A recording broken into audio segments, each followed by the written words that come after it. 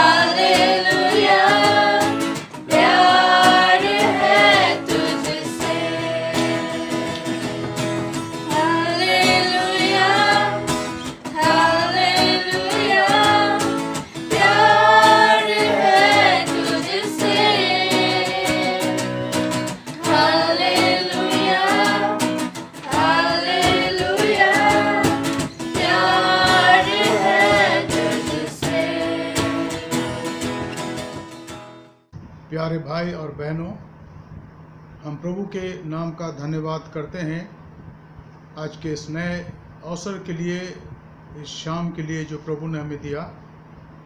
आज 28 मई है और 2020। हम लोग आज अपने बाइबल अध्ययन के इस कक्षा में मौजूद हैं, इस सेशन में, और मैं आप सबों का हार्दिक स्वागत करता हूँ। Dear friends, I am to welcome you in this Bible study session as we have been having for last 1 month, and I hope that it has been a blessing to all of us as we all together meditate upon the Word of God. This evening we'll study one of the greatest episodes that are mentioned in the Acts of the Apostles, St. Paul's presence in the city of Athens, a great city of Romans, where people were there to seek about the knowledge, and they were delighted to discuss about these things which produced meanings for their lives, not only for this world but for the days to come. And therefore, when Paul and Silas and their team visited Athens, many things took place. And one of the things that we want to study today, how Paul discussed with them about the importance of the spiritual search in their lives. प्रिय मित्रों, हम प्रभु का धन्यवाद देते हैं आज के सुंदर समय के लिए। जब हम आज इस अध्ययन को करते हैं, मेरी आशा है कि आप आशीष पाएंगे। इस विषय को हम बहुत ध्यान से सुने, क्योंकि बहुत सी बातें हैं जो आज हम देखेंगे और पाएंगे, और इस पर हम गौर करेंगे। आइए हम प्रार्थना करें। Let's pray. We thank you, Lord, for this precious time that you have given to us. And we thank you, Lord, that even today we can read, meditate upon your word, trying to understand comprehend the meaning of this great chapter where St. Paul discussed faith with the people at Antioch. And we pray, God, as we discuss upon this, give us wisdom and knowledge from above, Lord, so that we may understand and able to know that you are the great one who talks with people when people are willing to listen to you. प्रभु धन्यवाद देते आज के सुंदर समय के लिए जो आपने दिया, और आपसे प्रार्थना करते प्रभु जब हम इस पर विचार करते हैं आप हमसे बातचीत करें। हमारा उद्धारकर्ता प्रभु यीशु मसीह के पवित्र नाम से मांगते हैं, आमीन। For today, the scripture portion has been taken from the book of Acts, chapter 17 and verses beginning from 15 to 29.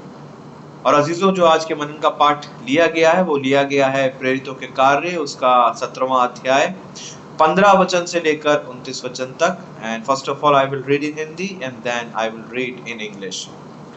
यहाँ पर इस प्रकार लिखा है, पौलुस को पहुंचाने वाले एथेंस तक उसे ले गए और उससे ये आदेश पाकर कि सिलास तथा तीमुथियुस जल्द से जल्द मेरे पास आ जाएं, वे वहां से विदा हुए।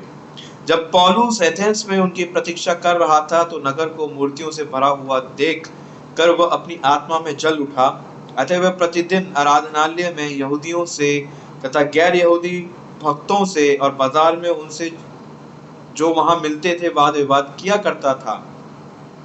और कुछ इपिकूरी और स्तोईकी दार्शनिकों ने भी उससे तर्क वितर्क किया। कुछ कह रहे थे ये बकवादी कहना है, क्या चाहता है। दूसरों ने कहा ये तो विचित्र देवताओं का प्रचारक मालूम पड़ता है, क्योंकि वह यीशु और पुनरुत्थान का प्रचार कर रहा था। वे उसे अपने साथ अरियुपगुस की सभा में ले गए और पूछने लगे, क्या हम जान सकते हैं कि ये नई शिक्षा जिसका तू प्रचार करता है क्या है, क्योंकि तू हमें कुछ अनोखी बातें सुनाता है, इसलिए हम जानना चाहते हैं कि इन बातों का अर्थ क्या है। क्योंकि सब एथेंसवासी और परदेशी जो वहां आया करते थे नई नई बातें कहने और सुनने के अतिरिक्त और किसी बात में अपना समय नहीं बिताते थे। तब पौलुस ने अरियुपगुस के बीच में खड़े होकर कहा, हे एथेंस के लोगों, ऐसा लगता है कि तुम सब बातों में बड़े धार्मिक हो, क्योंकि जब मैं घूमते फिरते तुम्हारे पूजने की वस्तुओं का अवलोकन कर रहा था तो मैंने एक वेदी पाई जिस पर यह लिखा था, अनजाने परमेश्वर के लिए। इसलिए जिसे तुम अनजाने में पूछते हो उसी का संदेश मैं तुम्हें सुनाता हूँ। परमेश्वर जिसने जगत और उसमें सब वस्तुओं को बनाया वही स्वर्ग पृथ्वी का प्रभु है। वह हाथ के बनाए हुए मंदिरों में निवास नहीं करता और ना ही मनुष्य के हाथों से उसकी सेवा टहल होती है। हे मानो कि उसे किसी बात की आवश्यकता हो, क्योंकि वह स्वयं सबको जीवन, श्वास और सब कुछ प्रदान करता है। उसने एक ही मूल से मनुष्य की प्रत्येक जाति को बनाया कि संपूर्ण पृथ्वी पर बस जाए, और इसलिए उसने उनका एक निश्चित समय तथा उनके निवास की सीमाएं निर्धारित कर दी कि वे परमेश्वर को ढूंढे। हो सकता है कि वे उसे टटोल कर पाएं, यद्यपि वह हम में से किसी को दूर नहीं, क्योंकि उसी में हम जीवित रहते, चलते फिरते और अस्तित्व रखते हैं।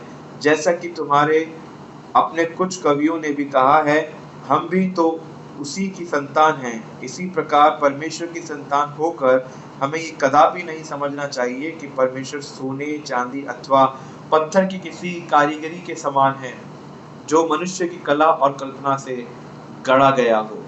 In English, it is written over here, chapter 17, the book of Acts, and verses beginning from 15 to 29.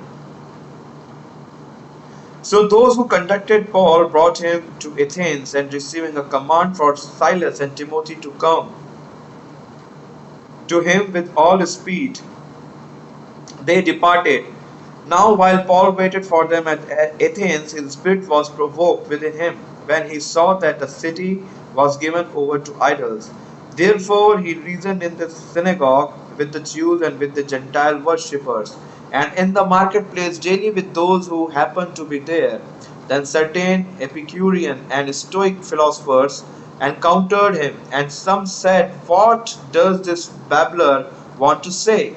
Others said, he seems to be a proclaimer of foreign gods, because he preached to them Jesus and the resurrection. And they took him and brought him to Areopagus, saying, may we know what this new doctrine is of which you speak, for you are bringing some strange things to our ears. Therefore, we want to know what these things mean. For all Athenians and the foreigners who were there spent their time in nothing else but either to tell or to hear some new thing. Then Paul stood in the midst of the Areopagus and said, Men of Athens, I perceive that in all things you are very religious, for as I was passing through and considering the objects of your worship, I even found an altar with this inscription, To the unknown God. Therefore, the one whom you worship without knowing, him I proclaim to you, God who made the world and everything in it, since he is Lord of heaven and earth, does not dwell in temples made with hands, nor he worshipped with man's hands, as though he needed anything, since he gives to all life, breath, and all things. And he has made from one blood every nation of men to dwell on all the face of the earth, and had determined their pre-appointed times and the boundaries of their dwellings, so that they should seek the Lord in the hope that they might grow for him and find him, though he is not far from each one of us. For in him we live and move and have our being, as also some of your own poets have said, for we are also his offsprings. Therefore, since we are the offsprings of God, we ought not to think that the divine nature is like gold or silver or stone, something shaped by art and man's devising. This is the holiest word of God, and may God bless us by hearing and reading his holy words. Amen. अजीजों, अब यह वक्त होगा कि हम परमेश्वर के वचन को उसके दास रेवरेंड डॉक्टर जॉन आर विश्वास के द्वारा सुनेंगे. Now it's a time to hear the word of God from his humble servant, Reverend Dr. John R. Vishwas. The scripture has already been read to us, and we know about that scripture that is found in Acts chapter 17 and verse 15 onwards. Acts chapter 17 verse 15 to the 29th of this chapter. Acts chapter 17 verses 15 to 29. Now this is a tremendous possibility. There's a tremendous possibility for us as Christians to understand some of the principles of mission and evangelism. इस अध्याय में जब हम पढ़ेंगे, हम प्रभु यीशु मसीह के सुसमाचार के प्रचार के लिए उन नियमों को जानेंगे जो हमें अत्यंत आवश्यक रूप से जानने की आवश्यकता है. कभी कभी जब हम इन पर गौर नहीं करते तो हम संकट में पड़ते हैं और हमारे जीवन में कठिनाइयाँ आ जाती हैं, और इसलिए हमें उन लोगों को समझने की आवश्यकता है जिनके साथ हम रहते हैं, जिनके साथ हमारा उठना बैठना, जिनके साथ हम बातचीत करते हैं, उन्हें हमें समझने की आवश्यकता है, उन्हें हमें जानने की आवश्यकता है. अगर आप ना जाने उनके बीच में सुसमाचार का प्रचार करने लग जाए तो कहीं ना कहीं हम उनको हर्ट करेंगे, उनके विरोध में बातें करते हुए कुछ ना कुछ हम बोल देंगे. लेकिन अगर पहले से हमने अपने आप को तैयार करा है और उनके विचारों को जानते, जैसे पौलुस के बारे में यहाँ पर आज आप देखेंगे एथेंस में, तो हमारा जो प्रचार का कार्य है वो फलवंतित होगा और उसमें फल उत्पन्न होंगे और वो कारगर भी साबित होगा. तो सबसे पहली बात हम देखेंगे यहाँ पर प्रेरितों काम के 17 अध्याय के 15 पद में लिखा है, पौलुस को पहुँचाने वाले उसे एथेंस तक ले गए और सिलास और तीमुथियुस के लिए यह आज्ञा पाकर विदा हुए कि वे उसके पास शीघ्र से शीघ्र आए. अब हमने देखा था कि इस प्रकार से उनकी कुछ परेशानियां रही, हालांकि लोगों ने विश्वास करा और अपने जीवनों को प्रभु में दिया. हमने देखा था कि किस प्रकार से प्रभु के दास इन्होंने प्रचार करा, वचन का प्रचार करा, पहले थिस्सलुनीकि में, इसके बाद इन्होंने प्रचार करा बिरिया में. और यह लिखा कि बिरिया के लोग बहुत ज़्यादा धार्मिक बातों के लिए उत्सुक होते थे. और जब पौलुस और सिलास ने प्रचार करा तो इन्होंने उस पर ध्यान दिया और ये लोग प्रतिदिन बिना नागा, बिना समय को गंवाए हुए इन वचनों को पढ़ते थे. और यहाँ लिखा है, अगर आप देखें, यहाँ पर ये इंट्रोडक्शन है, अगर आप देखें 11 पद में लिखा है, ये लोग तो थिस्सलुनीकि के यहूदियों से भले थे और उन्होंने बड़ी लालसा से वचन ग्रहण किया और प्रतिदिन पवित्र शास्त्रों में ढूंढते रहे कि ये बातें यूं ही है कि नहीं। उनके मन में एक कशिश पाई गई, एक इच्छा पाई गई वचन को जानने और समझने की, और उस पर वो गौर करते थे और समय निकालते थे। आज हमारा समय दुनिया की बातों में लग जाता है। हम ये करते हैं, वो करते हैं, योजना बनाते हैं, यो प्लानिंग करते हैं, वो प्लानिंग करते हैं, प्रोजेक्ट बनाते हैं, सब कुछ करते हैं। जब हम ऑफिस की बात करें, घर की बात करें तो बच्चों की पढ़ाई है, घर के आवश्यकताओं की पूर्ति की बात है, नौकरी की बात है, धन कमाने की बात है। अगर हम भविष्य की बात करें तो हम चाहते हैं कि हमारा भी एक छोटा सा आशियाना हो, घर हो, उसके लिए हम ज़मीन खरीद की बात करते हैं, तैयारी की बात करते, सारी बातें करते हैं। लेकिन ये लोग जो बिरिया के अंदर पाए गए, इनके जीवन के अंदर जो प्रमुखताएं थी वो अलग थी। ये लोग आध्यात्मिक बातों पर गौर करते थे। They were concerned about their spiritual life, how blessed this was. कितनी बड़ी बात है। दुनिया में रहते हैं, दुनिया के काम करते हैं, लेकिन ध्यान स्वर्गीय बातों में, आत्मिक बातों में। जो बातें उनके लिए सचमुच में ध्यान देने के योग्य थी, उन पर उन्होंने ध्यान दिया। They had fixed there priority on the things that are eternal, not of this world, And today we'll be also reading about the two views that was in those days. It was prevalent, and we'll see later on also.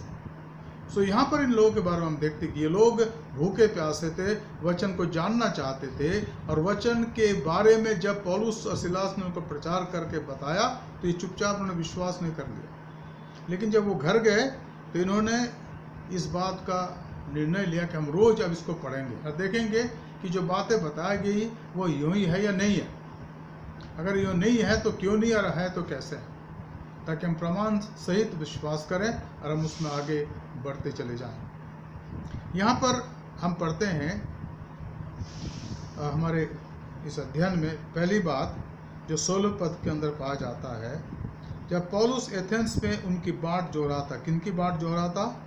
Silas और तीमुथियुस की, क्योंकि उन्होंने उनको बिरिया में छोड़ दिया था कि भाई थोड़े दिन रहो यहाँ पर, काम थोड़ा इसको स्थिर करो, मजबूत करो, फिर मेरे पास आ जाओ। तो जब उनकी बाट जो रहा था, बिना उनके आए ये प्रचार के काम में नहीं जाएंगे। ये पौलुस का नियम था, काम में नहीं जाएंगे, क्योंकि ये जाते थे, एक साथ जाते थे, 4, 5, 6 सब एक साथ जाते थे।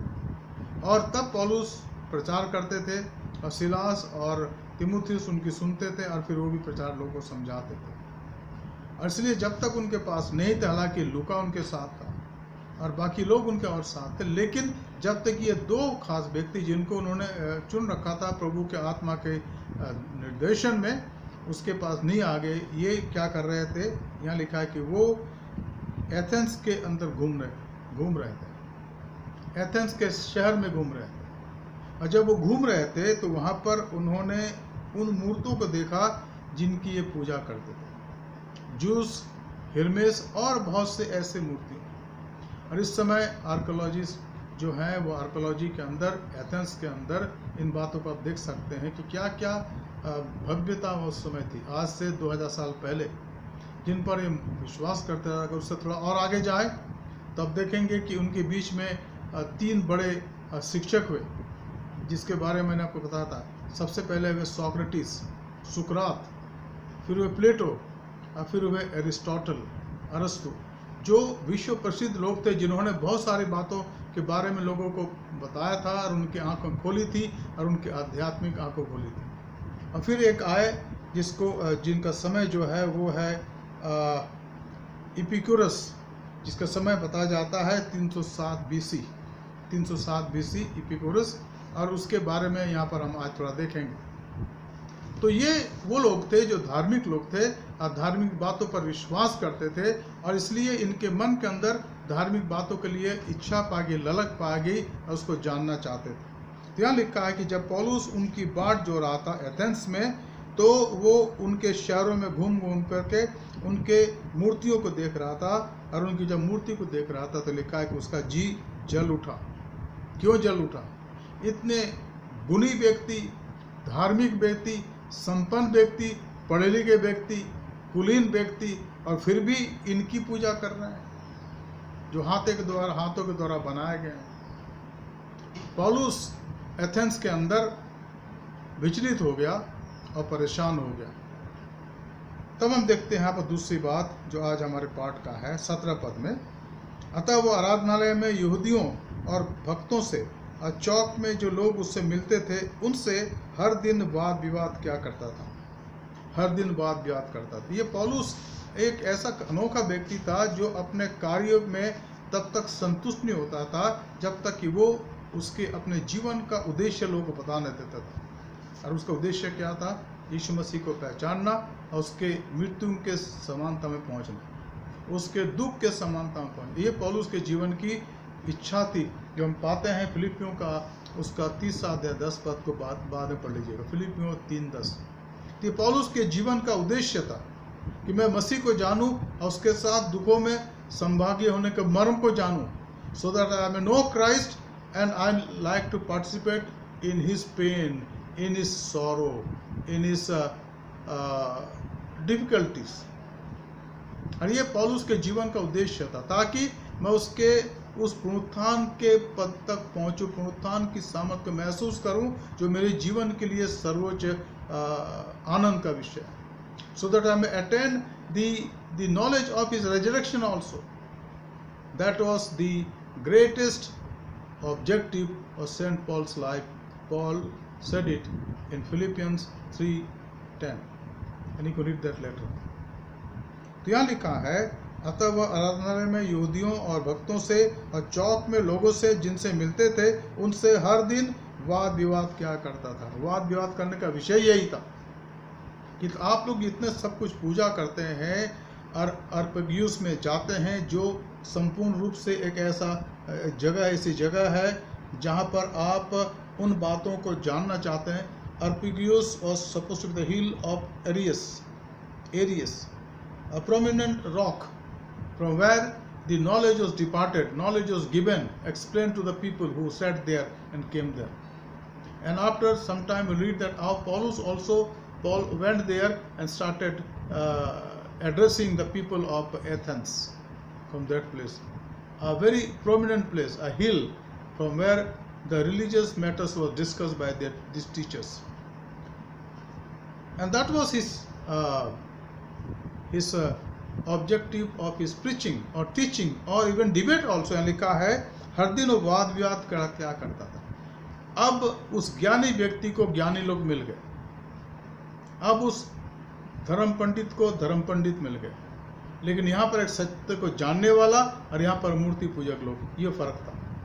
फर्क इतना ही था कि पौलुस ने सत्य को जान लिया था और ये लोग सत्य के खोजी थे, सत्य को जानना चाहते थे।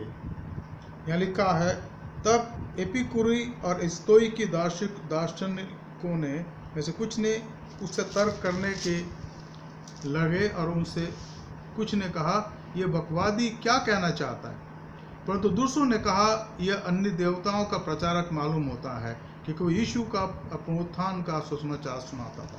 Now who were this Stoics and Epicureans. Stoics were the people who believed living in with the cardinal virtues। ये वो लोग थे जो जीवन के पर विश्वास करते थे कि हमें बुद्धि प्राप्त करना है और हमें न्याय पसंद लोग होना है, हमारे अंदर करेज पाए जाए, हम हिम्मत वाले हों और हमारे अंदर सेल्फ डिसिप्लिन पाया जाए।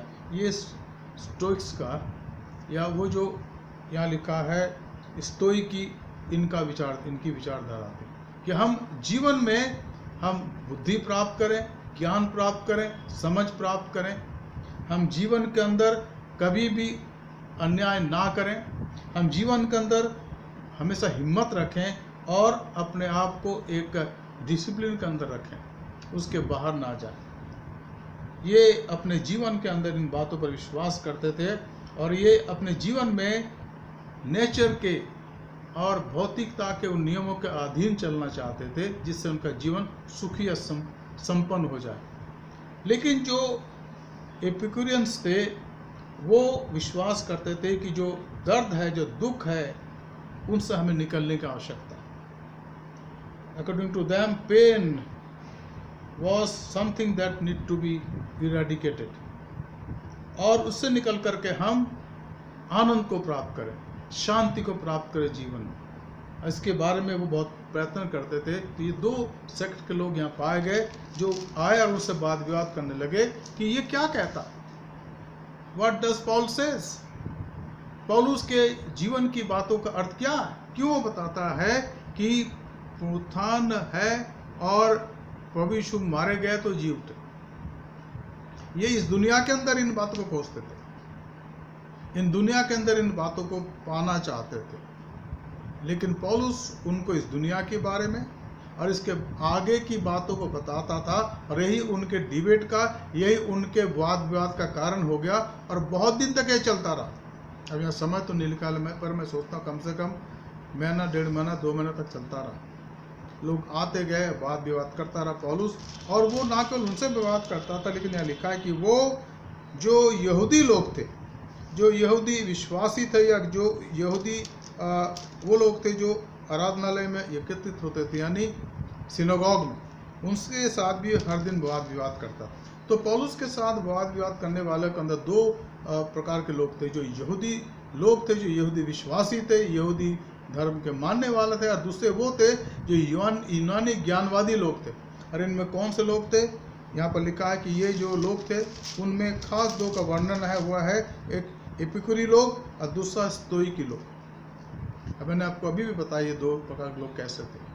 तो ये सारे लोग पौलुस से बात करना मांगते थे, क्योंकि इन दोनों संप्रदायों में, दोनों विभागों में पुनरुत्थान की चर्चा नहीं है।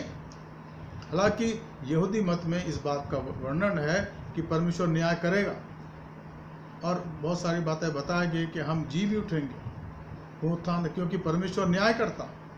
और भजनों की किताब में और नबियों की किताब में इसका वर्णन कहीं ना कहीं दिया हुआ है। तो इन बातों को मानते थे। और यहूदियों के अंदर भी 3 संप्रदाय हम जानते हैं, हेरोदियंस और फरीसी और सद्दुकी। तो जो सद्दुकी लोग थे, ये ना तो पुनरुत्थान को मानते थे और न स्वर्गदूत को मानते थे, लेकिन ये जो फरीसी लोग थे ये सबको मानते थे। तो यहाँ पर एक मिलीजुली भीड़ थी जिनके साथ पौलुस बातें कर रहा था, और इसी प्रकार से उनसे वाद विवाद करने लगा। तीसरी बात हम देखते हैं, तब वे उसे अपने साथ अरपिगुस में ले गए और पूछा, क्या हम जानते हैं, क्या हम जान सकते हैं कि यह नया मत तो जो सुनाता है क्या है। अब मैंने आपको कहा कि ये जो अरपिगुस जगह थी वो एक हिल है, ऊंची जगह है जो एरियस का है, और वहाँ पर वहाँ से धार्मिक प्रवचन दिया जाता था। तो ये लोग पौलुस को वहाँ ले गए, क्या तू यहाँ से हमें बोल, और हम सुनना चाहते हैं कि जो नया मत तू हमें सुनाता ये क्या है, इसका मतलब क्या है।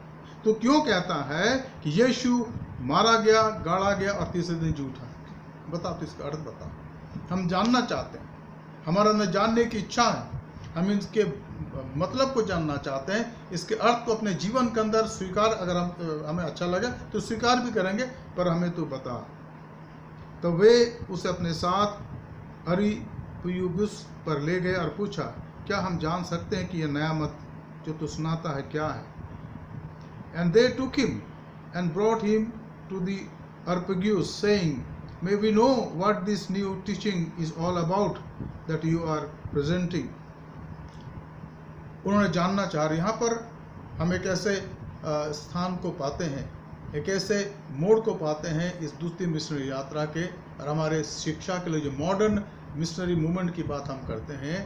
यहाँ 3 बातें। पहली बात मैं जो देखता हूँ ये मेरे लिए और आपको बताना चाहता हूँ कि परमेश्वर कभी कभी हमारे जीवन के अंदर ऐसा वक्त लाता है जब ऐसे बहुत से लोग मिलते हैं जो सत्य को जानना चाहते हैं, क्योंकि ये वो लोग हैं जो सत्य को ढूंढ रहे हैं, सत्य को पाना चाहते हैं। आपको याद है कि मैंने आपको कहा था हमारे 7 ताल आश्रम ऐसे लोगों की झुंड जो ओपन धर्मा के लोग, ओपन धर्म, खुला हुआ धर्म, और उसमें से कुछ 40 लोग जो वहाँ एक बार आए थे और ऐसे भी कई बार आते हैं। उन्होंने 2 बार मुझे बोला कि आप आचार्य जी हमारे लिए प्रवचन दीजिए। और जब मैंने प्रवचन दिया उनको यीशु मसीह के बारे में बताया, तो मैंने उनसे बड़े सम्मान के साथ कहा, मैंने कहा सारे सम्मान के साथ, आदर के साथ, ये मैं सोचो कि मैं आपको कुछ गलत बात कहना चाहता हूँ या आपकी इज्जत नहीं करता। मैंने कहा सम्मान के साथ आपके उस खोज के प्रति जो आपके मन में पाया जाता है, I respect your spirit of seeking with all humility, सारी दीनता के साथ मैं कहना चाहता हूँ कि आप लोग you are desperately seeking but sincerely wrong. मैंने उनसे कहा कि आप लोग इस सत्य को जानने के प्रति अब उतावले हैं। आपने अपना घर छोड़ा, शायद कुछ प्रॉपर्टी बेची, और ये हिंदुस्तान में आके आप ये लोग रहते हैं ऑरोविल आश्रम में जो दक्षिण में है, और आप इस बात को जानते हैं। वो अरविंद महर्षि अरविंद का आश्रम जो चेन्नई के पास है, यहाँ ये लोग जाते हैं। तो ये और इसके बाद बहुत सी जगह जाते हैं। तो मैंने कहा सब जगह घूम रहे हो, इधर जा रहे हो, उधर जा रहे हो, इधर जा रहे हो, इधर जा रहे हो, क्योंकि उनके लीडर ने मुझे पहले ही बता दिया था जब मैंने पूछा कि आप लोग, आपका उद्देश्य क्या है ओपन धर्मा का। तो उन्होंने कहा कि हम यीशु मसीह के ऑल्टरनेट को ढूंढना चाहते हैं। We are seeking, trying to find out the alternate for Christ.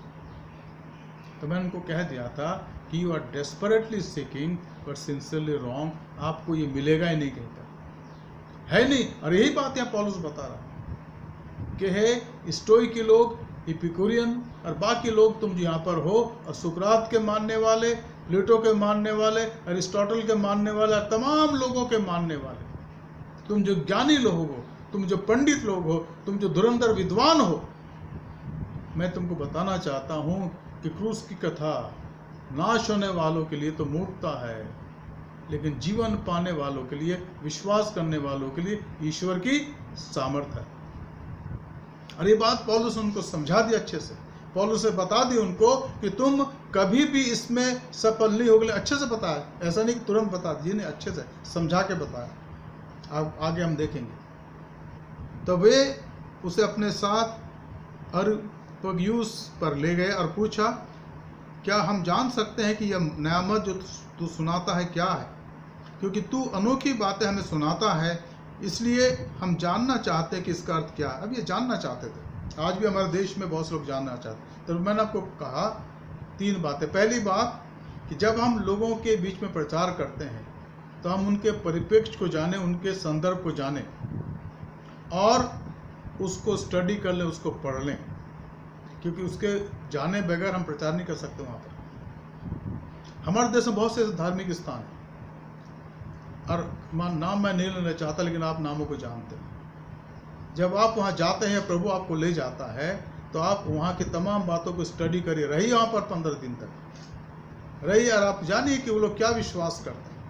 दूसरी बात, आप उनको वो बातें दीजिए जो वो जानना चाहते हैं, बाकी बातों को करने की जरूरत नहीं, बाकी बातों को करने की जरूरत नहीं। और यहाँ पर वो लोग थे, यहाँ लिखा है ना स्तोइकी और एपिकुरियस, यहाँ लिखा है स्तोइकी लोग थे और एपिकुरी लोग थे, और इनका जो सिद्धांत था कि संसार में ही वो दुख से हटना चाहते हैं, और ज्ञान के द्वारा और न्याय के द्वारा और बड़े ही हिम्मत के द्वारा और सेल्फ डिसिप्लिन के द्वारा अपने जीवन के लक्ष्य को प्राप्त करना चाहते। पौलुस ने कहा कि ये सारी बातें किसी हद तक तो सही है, लेकिन उस हद के ऊपर अगर आपको जाना है तो आपको सहारे की जरूरत है, और वो सहारा है प्रभु यीशु मसीह।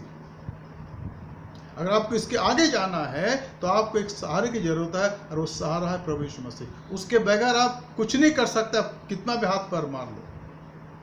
और शायद पौलुस ने अपनी गवाही भी दी होगी, यहाँ लिखा तो नहीं, लेकिन मैं सोचता हूँ कितने दिनों तक विवाद करता। पौलुस ने कहा कि मैं भी एक फरीसी था, मैं भी सप्ताह में 2 बार उपवास करता था, अपने सारे कमाई का 10% परमेश्वर को देता था, और बहुत ही गंभीरता के साथ, बहुत ही न्याय पसंद होकर मैं अपने जीवन को व्यतीत करता था। लेकिन तब तक मैंने जीवन को नहीं जाना जब तक मैं स्वधर्मी व्यक्ति था। जब मैं इन कामों को करने के लिए और उस पंथ को ख़त्म करने के लिए जिसका प्रचार आज मैं कर रहा हूँ, जब मैं यरूशलेम के दमिश्क को जा रहा था, तब उस ज्योति से मैं कायल हो गया, जिसके कारण मैं घोड़े पर से गिर गया। मेरी आंखें 72 घंटे के लिए चली गई। तब मैंने जाना कि वो जिसका मैं विरोध कर रहा था, उसका नाम है प्रभु यीशु मसीह, जो सारे सवालों का जवाब है, सारे प्रश्नों का उत्तर है। तो यीशु मसीह को रखने की आवश्यकता है, दूसरी बात है। और तीसरी बात है कि उसने आपके जीवन के अंदर क्या करा, उसने आपके जीवन के अंदर क्या करा। क्या आप इस बात को कह सकते हैं अपने जीवन के अंदर कि एक दिन मैं अंधा था, आज मैं देखता हूं? मित्रों, मैंने आपको पहले भी कहा था कि हमारे देश में कोई भी व्यक्ति यीशु मसीह की खिलाफत नहीं करता, क्योंकि यीशु मसीह उनके लिए एक सन्यासी हैं, यीशु मसीह उनके लिए एक योगी हैं, यीशु मसीह उनके लिए एक शिक्षक हैं, महान शिक्षक हैं। और यीशु मसीह ने अंततः अपने आप को दे दिया, अर्पण कर दिया, क्रूस पर बलिदान हो गए। और सबसे बड़ा बलिदान उसने दे दिया, उसने अपने प्राणों का निछावर कर दिया। तो उसके खिलाफ कौन बोलेगा देश में? कोई नहीं बोल सकता। ये तो हम लोगों का दोहरा जीवन है, जिसके कारण से वो ठोकर खाते हैं। हम अपने आप को ठीक कर लें, वो प्रभु के पास आने लग जाएंगे।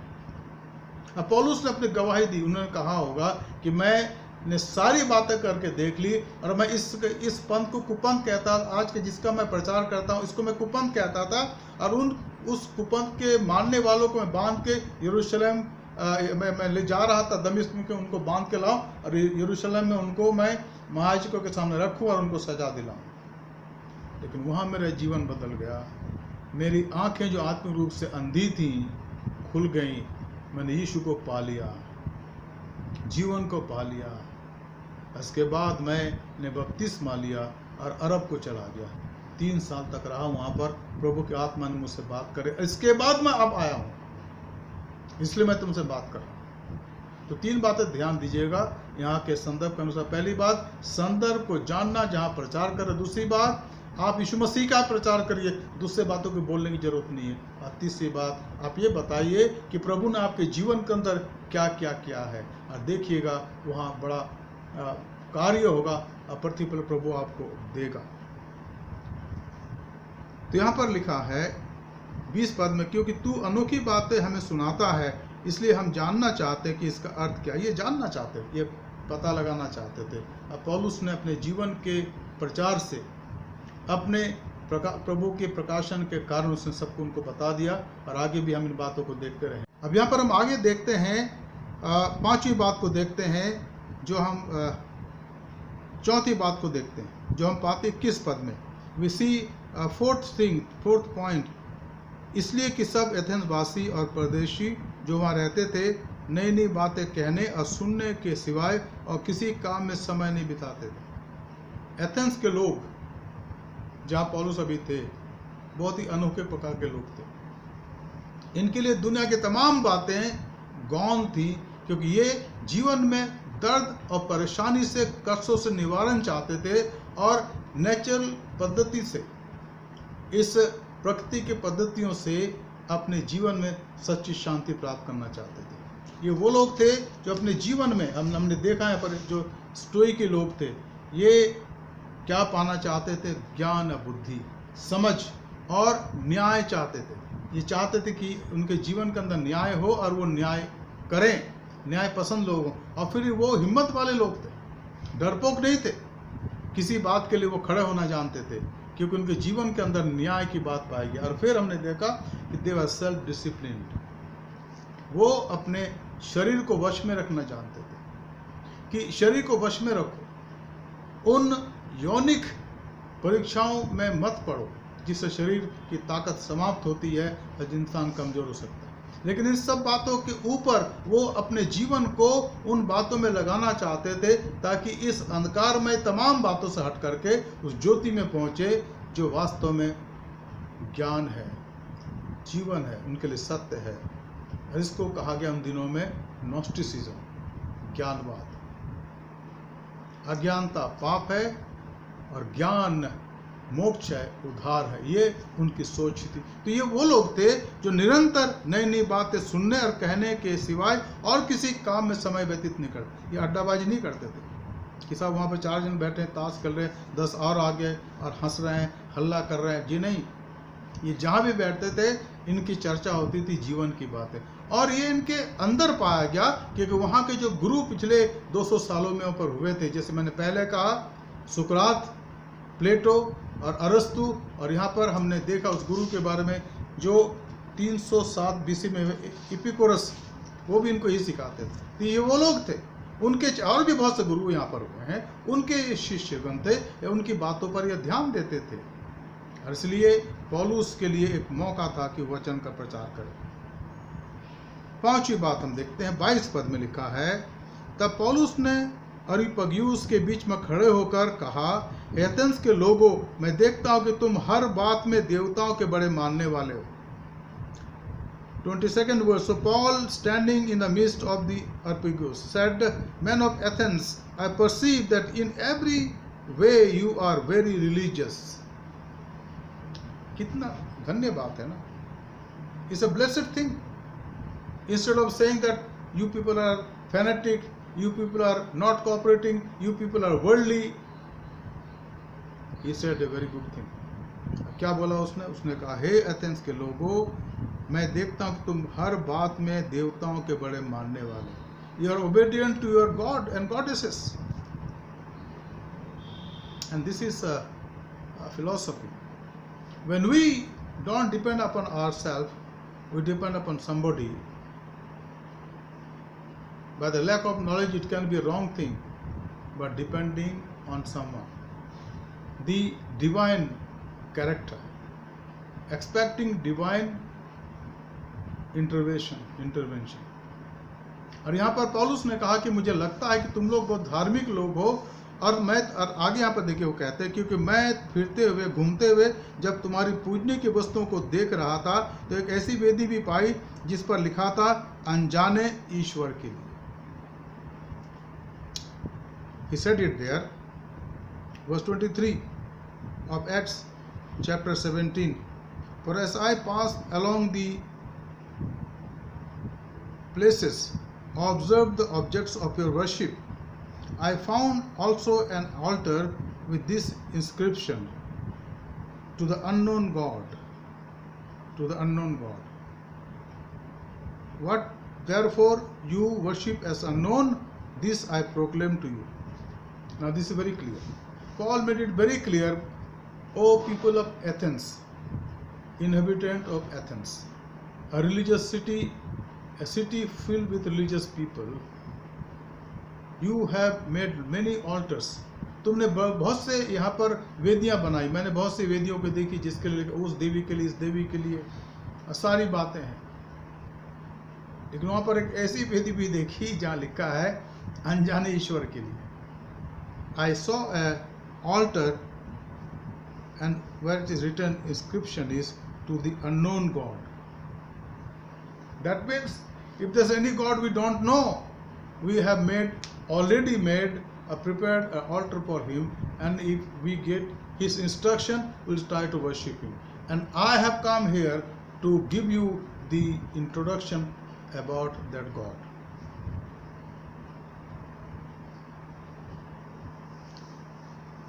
उसने कहा यहाँ पर, इसलिए जिसे तुम अनजाने में पूछते हो, मैं उसी का सुसमाचार सुनाता हूँ। आइस ब्रेकिंग, यहाँ हो गया कॉन्टैक्ट। हाँ, कॉन्टैक्ट हो गया, ब्रिज बन गया। यहाँ पर गैप जो था वो खत्म हो गया। और गैप को खत्म करने के लिए इन्होंने जगह बना रखी थी। यहाँ पौलुस खड़ा था और यहाँ पर उनकी वेदी, लिखा था वेदी में अनजाने ईश्वर के लिए। तो पौलुस ने कहा कि ये जो वेदी है ना, जिस ईश्वर की बात तुम कर रहे हो, मैं उसी का सुसमाचार सुनाना आया हूँ, और अब यहाँ पर आ जाओ। हमारे देश में, इस धन्य देश में, जहाँ करोड़ों लोग रहते हैं, प्राचीन काल से ये लोग धार्मिक बातों की पूजा अर्चना करते आए हैं। कितने ऐसे लोग हैं जो अनजाने में बहुत कुछ करना चाहते, लेकिन वो जानते नहीं हैं। मैंने आपको शायद पहले बताया कि मेरे एक मित्र थे जो साधु बनकर हरिद्वार गए थे, और वहाँ पर जब उन्होंने प्रवचन देना आरंभ करा तो लोग उसके पीछे हो लिए। तब उन्होंने कहा, भाई तो मैं तो CSI चर्च का पास्टर हूँ। आज ये भाई जिनकी मैं बात कर रहा हूँ, आज ये UTC कॉलेज के प्रिंसिपल हैं जो बेंगलोर में है। तो लोग उनको सुनने के लिए आते थे, लेकिन उन्होंने कहा कि मैं अब यहाँ से चला जाऊँगा, मैं तो देखने आया था कि आप क्या क्या करते हैं, मैं तो चला जाऊँगा। तो लोग धीमे धीमे जानने लगे, लेकिन एक नहीं गया। और एक दिन उन्होंने पूछा उनसे कि भाई आप क्यों नहीं गए? उन्होंने उनका नाम पूछा, उन्होंने नाम बताया। तब उन्होंने पूछा कि आप क्या करते थे, क्या करते हैं? तो उन्होंने कहा कि मैं इस शहर का सिटी मजिस्ट्रेट हूँ। यह है तथ्य हमारे देश की। तो यहाँ पर ऐसे हजारों लोग हैं जो सत्य के पुजारी। और अगर आप देखें, हमारे देश में कुंभ मेले का आयोजन होता है, इलाहाबाद में, नासिक में और उज्जैन में। और ये इन जगहों पर जाते हैं और कुछ सालों के गैप में जाते हैं और शाही स्नान करते हैं। हमारे वो वहाँ से लोग आते हैं अखाड़ों में, हम उनका सम्मान करते हैं, जिनको नागा साधु कहा गया, हम उनका सम्मान करते हैं। किस लिए आते हैं? किस लिए? बर्फीली जगह में रहते हैं और फिर यहाँ स्नान कर आते हैं, फिर चले जाते हैं। केवल एक ही उद्देश्य है कि हमें सत्य मिल जाए, हमें जीवन मिल जाए, हमें शांति मिल जाए। और बाइबल में यीशु मसीह के बारे में क्या लिखा है कि मैं ही मार्ग हूँ, मैं सत्य हूँ और मैं जीवन हूँ, बिना मेरे द्वारा कि परमेश्वर के पास नहीं पहुँच सकता। मित्रों, ये सत्यता यीशु मसीह के बारे में। और यहाँ पर पौलुस कहते हैं उनसे कहा कि जिसे तुम बिना जाने पूजा करना चाहते हो, जिसके लिए तुमने लिखा है वेदी में अनजाने ईश्वर के लिए, मैं तुम्हें उसी का सुसमाचार सुनाता हूँ। तो ये 50 लोग होंगे, मतलब 50-500 लोग आ गए। भाई भैया देखो, ये उन बातों को कह रहे हैं जिनको हमें अभी तक सोचा ही नहीं, और हमने वेदी बना रखी कितने सालों से।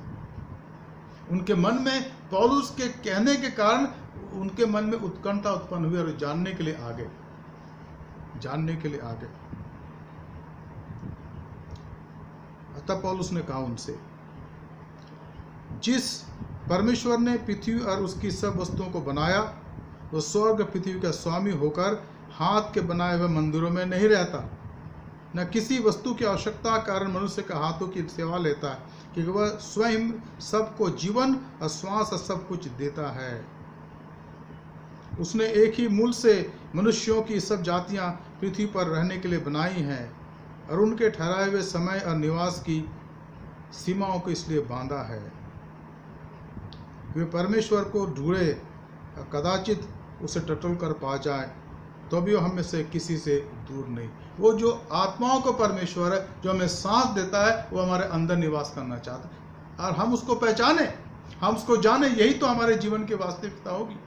और जब उसने ऐसी बात कही तो लोग वहाँ पर भागे चले आए, दौड़े चले आए उसके सुनने के लिए।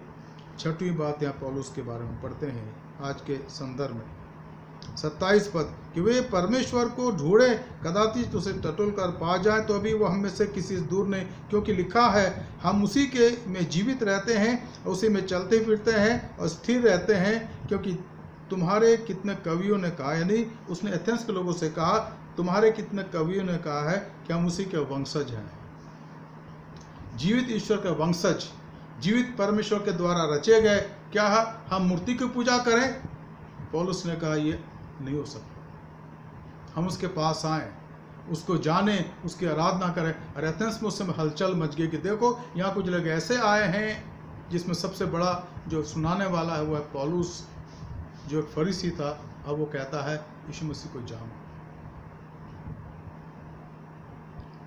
29 पद, अतः परमेश्वर का वंश होकर हमें यह समझना उचित नहीं कि ईश्वरत्व सोने या रुपये या पत्थर के समान है, जो मनुष्य की कारीगरी और कल्पना से गाड़े गए हैं। ये हो नहीं सकता कि हम ईश्वर बनाए उसकी उपासना करें। वो जो मनों में रहता है, हम उसकी मूर्ति कैसे बना दें? वो तो उसमें तो हम चलते हैं, उसमें तो हम सांस लेते हैं, और वो चाहता है कि हम उसको जान जाए। मित्रों, आज हम यही रुक जाएंगे, कल हम इससे आगे देखेंगे। बहुत सारी बातें हैं जो मुझे आपको बताने की आवश्यकता है उस वचन के आधार पर अपने आप को हम देखें और जांचें आज के वचन के आधार पर। आइए हम प्रार्थना करें। स्वर्गीय पिता, धन्यवाद देते हैं आज के बाइबल अध्ययन के लिए जो हमने करी प्रभु, और हमने जाना कि आपका वचन जीवित है प्रभु, और दोधारी तलवार से ज़्यादा चोखा है प्रभु, जो हृदय को आर पार छेद सकता है, गुदे गुदों को अलग कर सकता है, ताकि इंसान अपने जीवन के नादानी को पहचाने, अपने जीवन के पापमयता को जाने और अपने आप को आप अद्वैत परमेश्वर के सामने अर्पण कर सकें। आज के वचन के लिए आपका धन्यवाद करते हैं। आज के वचन के आशीष के लिए धन्यवाद देते प्रभु। हमारे हृदय रूपे खेत के अंदर प्रभु ये उगे प्रभु, इसमें फल उत्पन्न हो 100 गुना, 60 गुना और 30 गुना। हमारे उद्धारकर्ता प्रभु यीशु मसीह के पवित्र नाम से मांगते हैं, आमीन। Dear friends, we are in the close of this Bible study and I have few announcements to make. This Bible study will continue and the time is 7:30 p.m. And then we are giving our donation in cash or in kind. If you are giving cash, please give to Mr. James Amalik and Mr. Jolly Samuel. Or if you are giving things in kind, kindly bring it after purchasing in the office of Pastor AMC, and on due course on Saturdays it is distributed. So kindly remember that. आप लोग जो दान देना चाहते हैं, मैं चाहूँगा कि अगर आप कैश दे रहे हैं तो मिस्टर जेम्स अमलिक को दें, मिस्टर जॉली सैमुअल को दें, जो अपना हिसाब आपका रख रहे हैं, और उससे लोगों की मदद की जाएगी, सामान खरीद कर, राशन खरीद करके। और कभी कभी वो यहाँ पर खिचड़ी या कुछ और दाल चावल बनाते हैं और लोगों में बांटते हैं। इस प्रकार से वो सेवा कर रहे हैं। हम प्रार्थना करें अपने देश के लिए, देश के अगुओं के लिए, हमारे राष्ट्रपति, प्रधानमंत्री, राज्यपालगण, मुख्यमंत्रीगण, तमाम उन लोगों के लिए जिनके हाथों में अधिकार है। हम प्रार्थना करें अपने कलीसिया के अगुओं के लिए, हमारे बिशप सुबोध सिंह मंडल के लिए, मैडम सुदेवता मंडल के लिए, और कलीसिया के तमाम लोगों के लिए जो अधिकार में हैं, जिनके पास प्रभु ने अधिकार दिए हैं कलीसिया में प्रभु की सेवा करें। हमारे डीएस गणों के लिए, हमारे पासबानों के लिए, कलीसिया के एक एक मेंबर्स के लिए, लेटी के लिए, हमारे WCS के बहनों के लिए, M-वाइफ के जवानों के लिए, संडे स्कूल के लिए, तमाम सेवाओं के लिए। और जैसे मैंने आपको कहा कि हम लोग उन सेवाओं के लिए प्रार्थना कर रहे हैं, और ख़ास करके हम प्रार्थना करें AMC के इंग्लिश, हिंदी और नेपाली कॉन्ग्रीगेशन के लिए। आइए हम प्रार्थना करें। धन्यवाद, स्तुति और महिमा क्योंकि पिता परमेश्वर, आज का दिन में आपने हमारी मदद करे, आपका धन्यवाद करते हैं और प्रार्थना करते प्रभु की जो बातें हमने सीखी प्रभु उस पर दृढ़ रहें, उस पर बने रहें, ताकि हमारे जीवन, हमारी सेवकाएँ आपको पसंद आए। हमारे इस कलीसिया के तीनों कांग्रेगेशन पर आपके आशीष हो। वचन के बीज हमारे हृदय रूपी खेत में उगे प्रभु, और फलवंती तो 100 गुना, 60 गुना और 30 गुना। हमारे देश के अगुओं पर आपके आशीष चाहते हैं, और कलीसिया के हर एक अगुओं पर प्रभु, खासकर हमारे बिशप सुबोध सिंह मंडल साहब पर, उनकी पत्नी मिसिस सुदीप्ता मंडल पर, और कलीसिया के हर एक DSS पासबानों पर और लेटी पर आपके आशीष हो। हमारे धन्यवाद को स्वीकार करें। उद्धारकर्ता प्रभु यीशु मसीह के पवित्र नाम से मांगते हैं, आमीन। अब हमारे खुदा यीशु मसीह का फजल, खुदा बाप की मोहब्बत, रूह कुदूस की रिफ़ाक़त और शराकत हमें सारे के साथ इस समय और हमेशा तक होती रहे। And now may the grace of our Lord Jesus Christ, love of the Father and sweet communion of the Holy Spirit rest and abide to all of us now and forevermore, amen. जय श्री प्रभु है, प्रभु आपकी सहायता करे, खुश रहें, सुरक्षित रहें, प्रभु की शांति में रहें। आप सबों को शुभ रात्रि, good night, may God bless you, thank you.